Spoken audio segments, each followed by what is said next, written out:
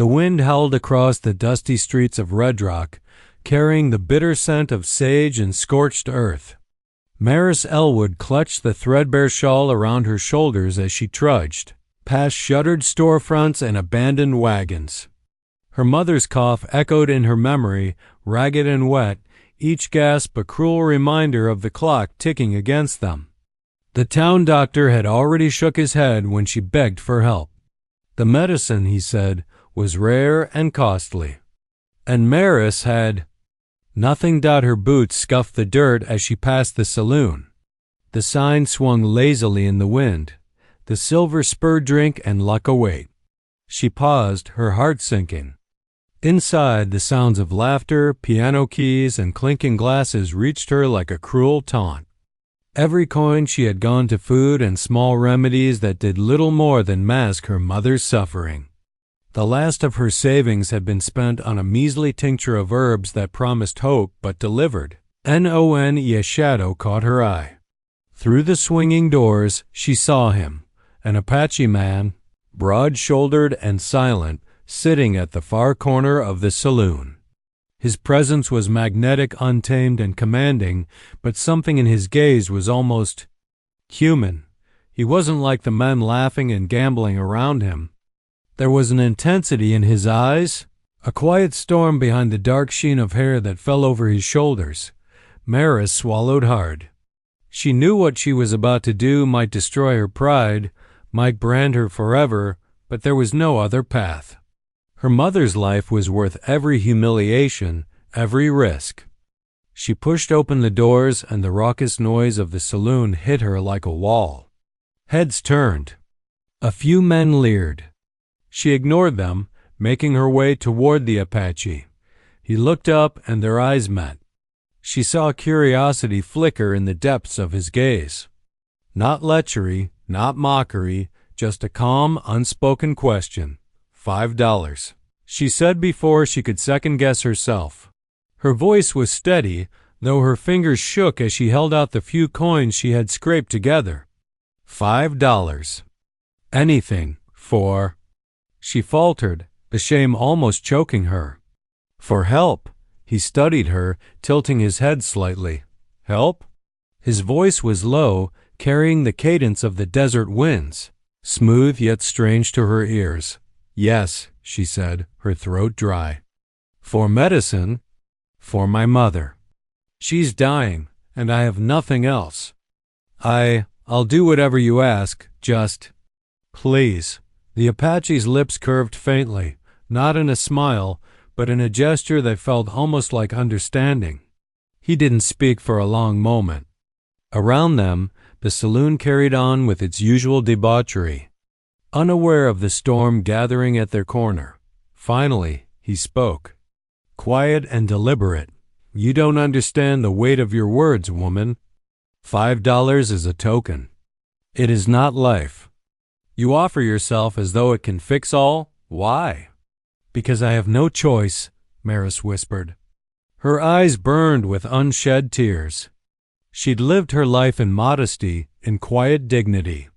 Never had she thought she would trade herself like some commodity.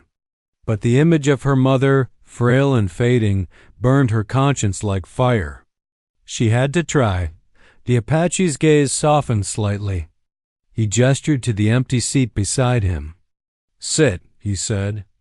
If you truly seek life for another, you must show me what matters beyond coin. What are you willing to risk, not for yourself, but for the one you love? Maris hesitated, then sank onto the stool, feeling the weight of every judgmental eye in the room. The truth was raw and exposed. She had nothing left. Her dignity, her pride, they were all spent. And yet, in that moment, she felt a strange shift, like stepping over a threshold into the unknown. The Apache leaned back, studying her, silent for long moments that stretched like the desert horizon. Then he reached into a leather pouch at his side and produced a small vial of dark liquid. It was not medicine, at least not in the conventional sense, but something potent, something that promised possibility. You wish to save a life, he said. Perhaps the price is not what you offer, but what you are willing to learn. Drink this, and the path begins. But be warned, the path of desperation is never gentle. Maris looked at the vial, trembling. Her life, her mother's life, everything she had known hanging in the balance. She swallowed the lump in her throat and took it. Outside, the wind howled. Inside, the saloon faded into shadows. And Maris realized that the moment she stepped through those doors, nothing would ever be the same.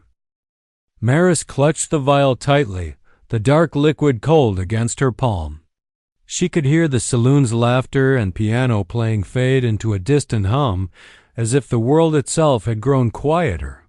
The Apache's gaze never left her. His eyes were like the desert at night, deep, endless, and impossible to read. "Drink it," he said again, his voice a low rumble. "If your will is strong, it will guide you. If it is weak, it will reveal what you fear most." Her hand shook, but her resolve did not waver. For her mother, she would endure anything. She tipped the vial and swallowed. The taste was bitter and metallic, like iron kissed with smoke, and it burned her throat as it slid down. Her stomach clenched, her vision blurred, and the room seemed to tilt. The Apache stood slowly, towering above her, the muscles in his shoulders and arms shifting under the lamplight. He extended a hand. "Come with me," he said. Maris hesitated. Part of her screamed to flee, to return to the familiar misery of her mother's bedside. But another part, a reckless, desperate part, urged her forward. She took his hand, and immediately, the world seemed to fold in on itself. When she opened her eyes again, they were no longer in the saloon. They were in the desert, the night skies strewn with stars so bright it hurt to look at them. The Apache had led her to a small clearing surrounded by jagged rock formations. A fire burned at the center, casting flickering shadows that danced like spirits across the stones. "Where are we?" Maris whispered. "This place is not on any map," the Apache replied. "It exists between what is known and what is feared. Here you will see the truth of your desperation." Maris looked at him, confusion and fear warring in her chest. The Apache's face was calm, almost serene, but his eyes held an edge that sent a chill down her spine. Suddenly, the air thickened. Shapes began to rise from the shadows, figures that resembled her mother, her neighbors, even herself, all twisted and distorted, whispering her failures and doubts. She stumbled back, but the Apache's presence was steady, unyielding. "You cannot run from the truth," he said. "The medicine you seek is not in coins or potions alone. It is in sacrifice, courage, and the strength to confront what you fear most." Maris's knees buckled, and she sank to the sand. She thought of her mother, coughing through the night, eyes dimming with every passing hour. Was this some trick? Some cruel hallucination brought on by despair? And yet, the Apache was real, solid, immovable. "Show me your fear," he commanded. Her mind flared with memories, the first time her mother had fallen ill, the pleading look in her eyes, the unpaid bills, the empty cupboard, and then the vial, the promise she had grasped desperately. Her fear wasn't the desert nor the shadows. It was losing her mother, being powerless, being left with nothing. The shadows around her shifted, acknowledging her revelation. Then, almost imperceptibly, the shapes began to dissolve. The fire crackled higher, burning brighter, warming her face. "You have seen it," the Apache said quietly. "And yet you are still here. That is courage." Maris wiped tears from her eyes, her chest heaving. "But I don't understand. How does this help my mother?" He gestured to the fire. "Medicine can be found in many forms. Sometimes it is in plants, sometimes in hands, sometimes in the courage of the heart. You have the courage. Now you must act not with desperation, but with clarity." Before she could respond, the night shifted again. A path appeared, winding between the rocks, lined with glowing stones. It led to a small spring, water so pure it reflected the stars like a mirror. "Take this," the Apache said, holding out his hand. "Bring it to her. But remember, what you bring is not just water. It is the strength you found here. Without that, even the purest remedy is powerless." Maris hesitated, then cupped her hands and drank from the spring. The cold water burned at first, then filled her with warmth, a strange energy that felt like life itself coursing through her veins. When she opened her eyes again, she was back in the saloon. The Apache seated calmly, as if no time had passed. The vial was gone, but her hands tingled with the memory of the spring. Around them, the world carried on, oblivious to what had just occurred. Maris swallowed hard, feeling the first spark of hope she had dared to grasp in weeks. Her mother's life was not guaranteed, but for the first time, she had the strength to fight, not just with coins, but with courage, determination, and the strange guidance of a man who defied understanding. The Apache leaned back, watching her. "The path is just beginning," he said. "Are you ready to walk it?" Maris nodded, her jaw set, fire in her eyes. "I am ready." Maris stumbled out of the saloon into the cool night air, her heart still pounding from the encounter. The streets of Redrock were quiet now, dust swirling in the lamplight like tiny ghosts.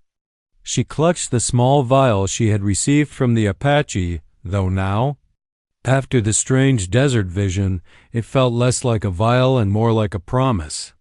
A talisman imbued with something beyond medicine. Her mother's small cabin appeared at the edge of town, a squat wooden structure with smoke curling from its chimney. Maris quickened her pace, the wind tugging at her shawl. She feared that every step might be too late.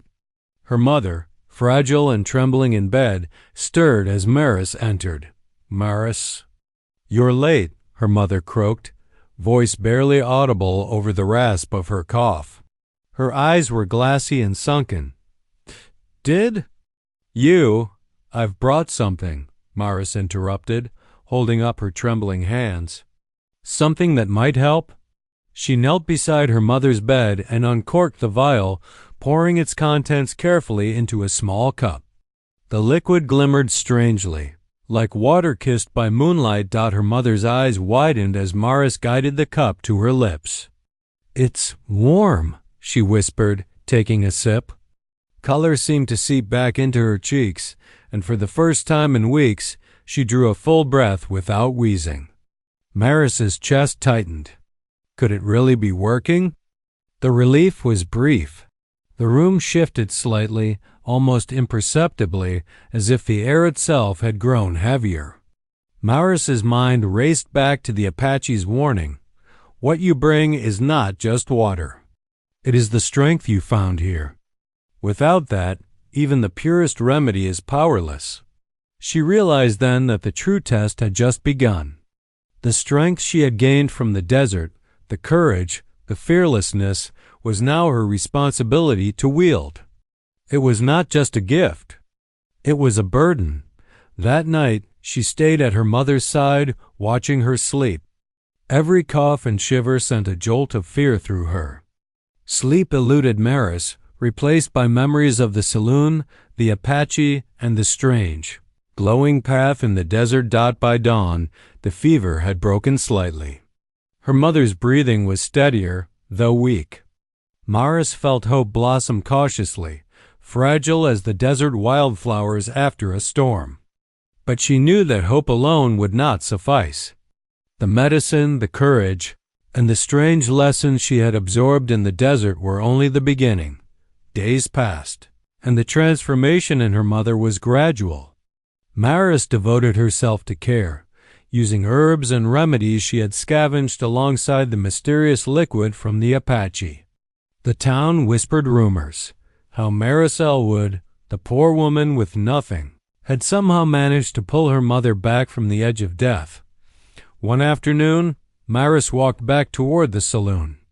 She had questions more than she could count. Who was the Apache? Why had he chosen her? And most urgently, how long would the strange magic of the vial last? The saloon smelled of tobacco, whiskey, and sweat. Patrons glanced at her, curiosity flickering in their eyes. The Apache was not in his usual corner. Maris's heart sank, then leapt with relief when she spotted him leaning against a post. Arms crossed, gaze sharp and unreadable. "You returned," he said. His voice low, steady, carrying the same weight it had the first night. "Yes," Maris replied. "It worked partly. My mother, she's alive. But I need to know, what is this? What did you give me?" He studied her silently, muscles tensing under the lamplight, then finally spoke. "It is not simply medicine. It is a reflection of the heart. Courage, sacrifice, and the willingness to confront the impossible. You have learned that your choices define the outcome. You did not simply drink water. You faced yourself." Maris shook her head. "But why me? Why in the saloon, of all places? Why? The desert?" He stepped closer, the dim light glinting off his tribal jewelry. "Because you were ready to surrender everything. That desperation, it is a bridge to understanding. Most turn away. Most choose comfort over life. You did not." The words settled in her chest like embers. She realized then that the Apache was not just a man, not merely a stranger. He was a guide, a mirror of the choices she was capable of making, the strength she could summon when the world threatened to crush her. Maris's eyes burned with determination. The vial had been only the beginning. Now she had to walk the path, confront dangers and mysteries she could not yet name, and ensure her mother's survival. And somehow, she knew the Apache would be at her side, not as a savior, but as a force that would challenge her to rise above the fear that had nearly destroyed her. Outside, the sun climbed over Redrock, casting long shadows across the dusty streets. Maris took a deep breath, her resolve solidifying. She had survived the first trial. But the journey, the real journey, was just beginning. The days following her mother's recovery were filled with quiet vigilance. Maris Ellwood tended her mother tirelessly, the glow of hope in her chest tempered by the constant fear of relapse. But the calm was fragile. Redrock was a town that thrived on suspicion, and word of her mother's sudden improvement spread like wildfire. Some whispered of witchcraft, others of luck, and a few of deals with strangers not to be trusted. Maris tried to ignore them, focusing on her mother's fragile smile and steadying breaths. Yet even as she worked, she felt the weight of unseen eyes, the hum of quiet threats lurking just beyond the cabin walls. One evening, as the sun dipped behind jagged rock formations, a commotion erupted outside. Voices shouted, sharp and angry, cutting through the warm desert air. Maris's heart leapt. She ran to the door and found a small group of townsfolk gathered, their expressions twisted with suspicion. "She's a witch," one man yelled, pointing at her cabin. "She brings strange men into town, and now her mother's alive when no one else can save the sick." Maris's chest tightened. "I am not a witch," she shouted, her voice trembling. "I've done nothing but care for my mother."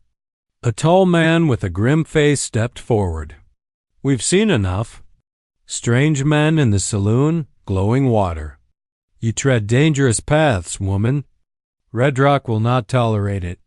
Before Maris could respond, the Apache appeared behind her. His presence was like a shield, silent but unyielding. Muscles tense under the lamplight, long black hair catching the last rays of sun. Tribal jewelry glinting with a faint shimmer, he radiated authority and danger. The townsfolk hesitated, unsure whether to confront a man whose very aura seemed to carry the weight of the desert itself. "You dare threaten her?" he asked, voice low and controlled, yet cutting through the tension like a knife. The crowd murmured uneasily. The man who had spoken stepped back, glancing at the Apache with a mixture of fear and awe. We only seek the truth," he stammered. "Then hear it well," the Apache said. "The truth is not yours to claim. She sought life for another, not for herself. That is courage, something you know nothing of." Maris felt a strange mixture of relief and unease. The Apache's words comforted her, but the hostility in the town was a reminder that safety was fleeting. She turned to him. "Thank you for staying. I didn't know what to do." He regarded her with those deep, unreadable eyes. "I stay only because the path demands it. You are learning, Maris. That is enough for now. But be warned, Redrock does not forgive what it fears." That night, as the town's anger simmered but did not abate, the Apache revealed more of the lessons he had in mind. "Your mother's recovery is not just the result of courage," he said as they walked along the desert edge. "It is the beginning.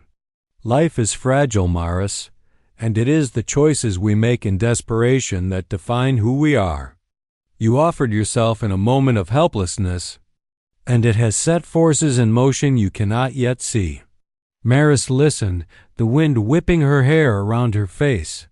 "Forces? What do you mean?" "Not all debts are paid in coin," he replied. "Some are paid in action, in strength, in the willingness to face shadows. You will need all of it." As they spoke, a coyote howled in the distance, a sharp reminder that the desert was alive with eyes and ears, secrets and dangers. Maris felt the weight of the Apache's gaze on her back. He was not a lover, not yet. He was a teacher, a sentinel, a challenge she could not ignore. When they returned to her cabin, the Apache paused at the threshold. "Rest now, Maris. Tomorrow brings trials you are not ready to imagine. But remember, the courage you have shown is only the first step. Fear will test you, betrayal may come, and only your heart will guide you through." Maris nodded, watching him disappear into the desert shadows. The firelight in her cabin flickered over her mother's sleeping face. For the first time, she understood. The life she had fought to preserve was no longer hers alone. It was entwined with destiny, danger, and the strange. Powerful man who had entered her life so abruptly, outside. The wind carried whispers across the sand, hints of a challenge that Redrock itself would bring. And deep in the quiet night, Maris realized that to protect her mother, to survive, she would have to confront not just the town's fear, but the darkness within herself. The journey was far from over. The morning sun had barely risen when the townsfolk returned, more determined and angrier than the night before. Redrock had a way of fanning suspicion into frenzy, and Maris could feel it crackling in the dry desert air. She stood at the edge of the cabin porch, her mother resting inside, listening to the whispered threats and curses that drifted through the wooden walls. "Step outside, woman." The tall man who had confronted her previously called, brandishing a heavy cane. "Face the town and explain your tricks." Maris's heart pounded, but she forced herself to meet his gaze. "There are no tricks," she said firmly. "I only saved my mother's life, nothing more." A murmur ran through the crowd. Some were doubtful, others skeptical. And some, Maris noticed, were playing frightened, glancing toward the shadows where the desert met the town. She knew why. The Apache had not yet revealed himself. A sudden, sharp drumbeat of hooves echoed from the dirt road, and the townsfolk froze. Out of the haze of the morning dust, the Apache emerged. Muscular, shirtless, his long black hair flowing behind him, tribal jewelry glinting in the sunlight, he rode with a calm power that made the earth itself seem to pause. The warrior dismounted and strode toward the crowd, eyes like molten night. "Back," he commanded, his voice carrying over the murmurs. The wind seemed to answer, whipping sand and dust into a protective barrier around Maris and her cabin. The tall man hesitated. This is your doing?" He stammered, glancing nervously at Maris. "He is not mine," Maris said, stepping forward. "He is a guide, and he will not allow harm to come to me or my mother without consequence." The Apache's eyes swept across the townsfolk, and a low, resonant growl escaped him, vibrating through the boards of the porch. No one dared move. Even the bravest men found themselves retreating under his unyielding gaze. Maris's heart raced, but she also felt a strange clarity. The desert lessons, the courage, the strange strength she had drawn from the Apache, it all culminated here. The path she had feared so much was becoming real, demanding her to act with conviction. "You have trespassed on her life," the Apache said, pointing a single finger at the crowd. "You sought to control what you did not understand. Redrock is full of fear, but fear does not command this land. Courage does, and she has it in abundance." A tense silence followed. Maris saw a few of the townsfolk begin to lower their heads, shame flickering across their faces. But others, emboldened by anger or pride, did not retreat. One man stepped forward, spitting on the ground. "You are a stranger. You don't belong here. She's dangerous." The Apache's eyes narrowed. He stepped closer, each movement deliberate, controlled, and powerful. "Danger is not the absence of life. It is the courage to protect it. You mistake her actions for power. They are not. She gives life. And now you will leave her be." The man froze, sweat glistening on his forehead, and the crowd began to part. Whispers filled the air, blending relief with awe. Slowly, the townsfolk dispersed, retreating toward the boardwalks and dirt streets, leaving only a tense quiet behind. Maris exhaled deeply, trembling. The adrenaline in her veins mingled with gratitude. She had faced the fury of the town and survived. She looked at the Apache, who leaned against the cabin, arms crossed, expression calm but unreadable. "Why did you help me?" she asked, voice barely above a whisper. "You could have left me to face them." His gaze softened, just slightly, but he did not answer immediately. Finally, he said, "Because the path you walk is not just for your mother. It is for you. Every choice, every act of courage, shapes the life you are destined to lead. You were ready to sacrifice everything for another. That is rare. That is strength." Maris swallowed, absorbing the weight of his words. Her mind flashed to the desert spring, to the bittersweet lessons, to the choices she had made in desperation. She realized then that the Apache was not merely a stranger or a protector, he was a mirror of what she could become if she embraced the courage she had discovered within herself. As the sun climbed higher, casting its harsh light across Redrock, Maris knew the journey was far from over. The town may have retreated, but challenges still lay ahead, hidden in the sands of the desert and in the hearts of those who feared change. The Apache placed a firm hand on her shoulder. "Rest now, Maris. Tomorrow the path will demand more than courage. It will demand truth you are only beginning to see." Maris nodded, a strange calm settling over her. The storm of Redrock had passed for now, but she knew deep down that the desert and its mysteries had only just begun to reveal themselves. The night fell heavier than usual over Redrock, the wind carrying whispers of old secrets and unseen dangers. Maris Ellwood sat on the cabin porch, staring into the horizon where the desert stretched endlessly, shadows deepening with the twilight. Her mother rested inside, finally breathing easier after days of recovery. But Maris knew that life in this town was never quiet for long. The Apache appeared silently from the edge of the desert, his long black hair flowing over his broad shoulders, chest bare, tribal jewelry glinting in the firelight from the cabin, muscles coiled like steel beneath his skin. And his presence alone seemed to bend the air, commanding attention and respect. "You must come with me," he said, his voice carrying a quiet authority that brooked no argument. Maris hesitated. She loved her mother, and every instinct screamed to stay. But she had learned that courage sometimes meant walking into uncertainty, not hiding from it. What is this?" she asked. "The desert holds truths that the town cannot," he replied.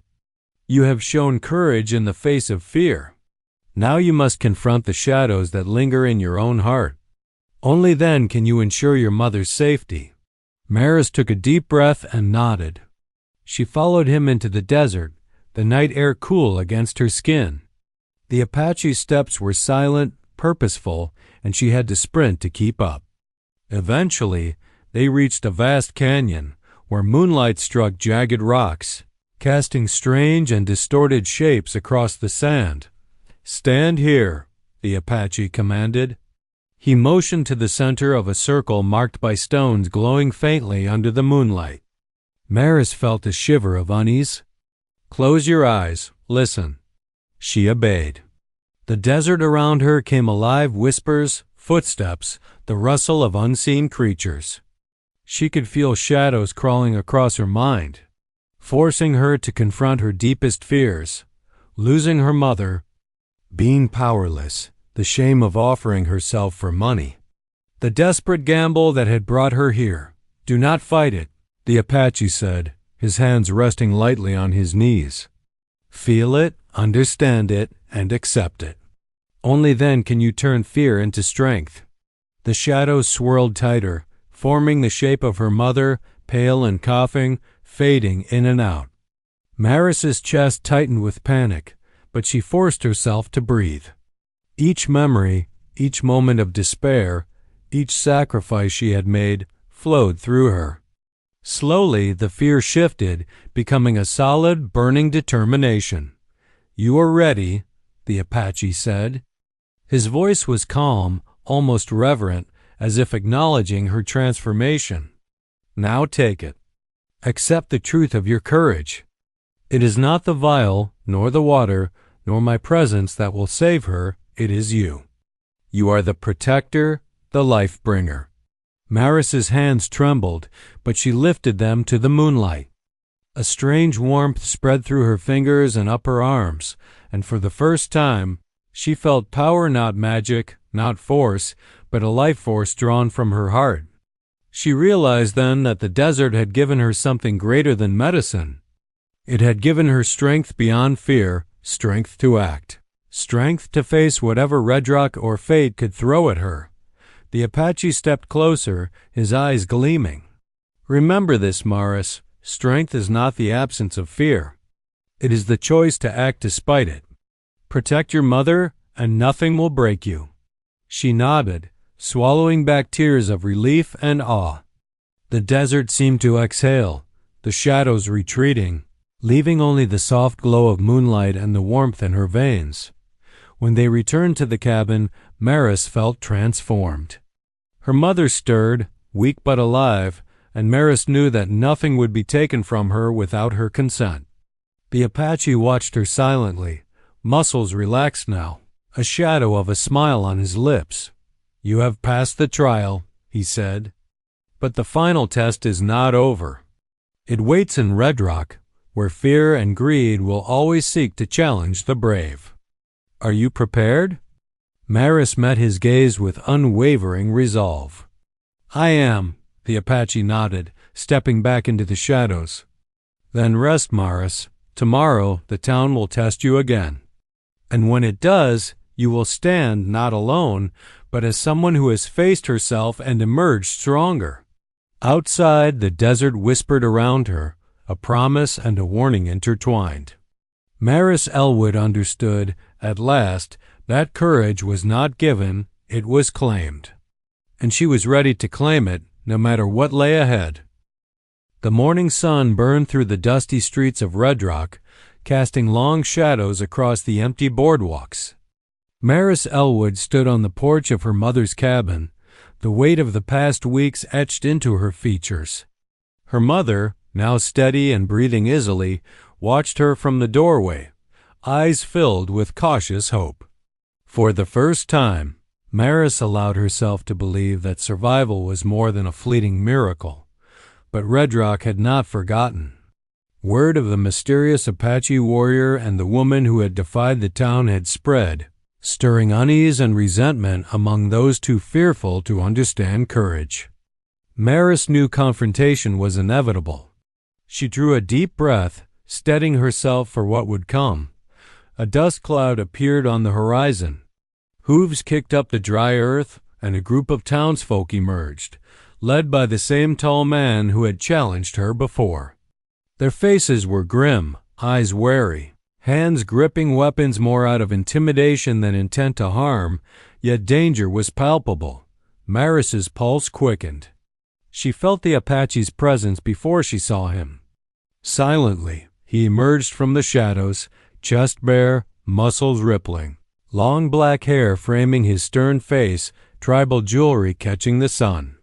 The townsfolk halted mid-step, fear flickering across their eyes as the warrior's calm authority radiated like a tangible force. "You again." The tall man spat, though his confidence wavered.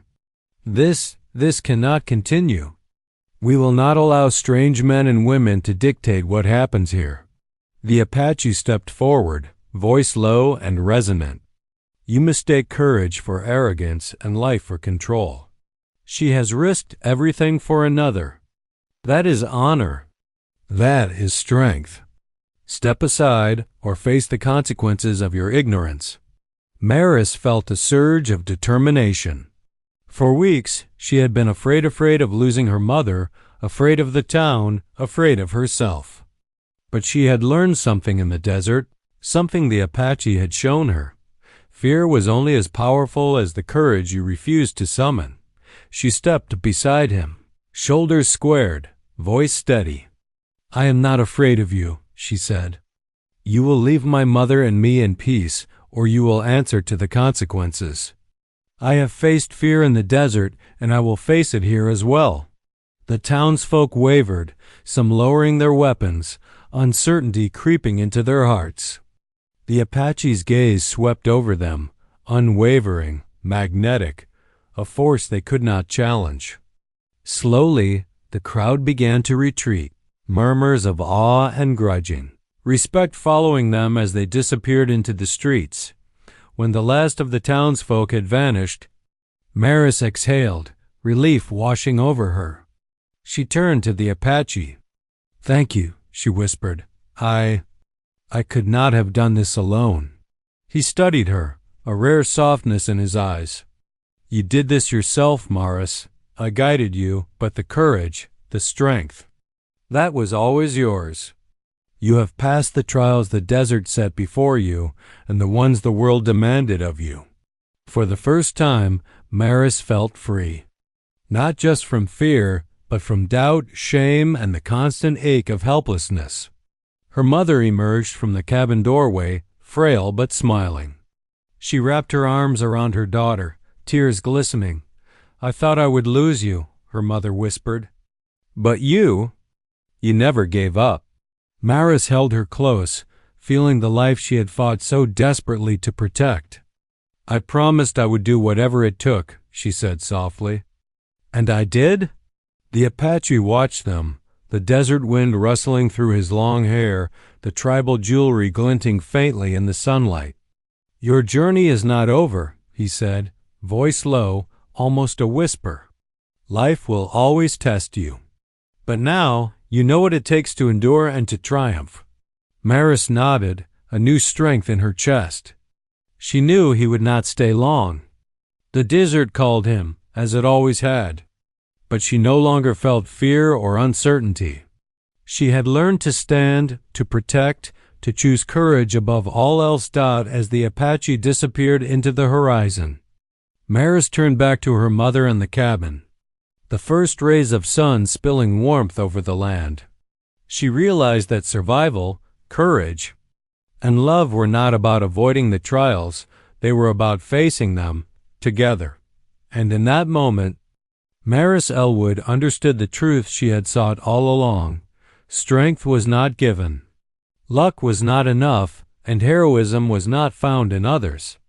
It was claimed in the heart, in the choices made when all seemed lost.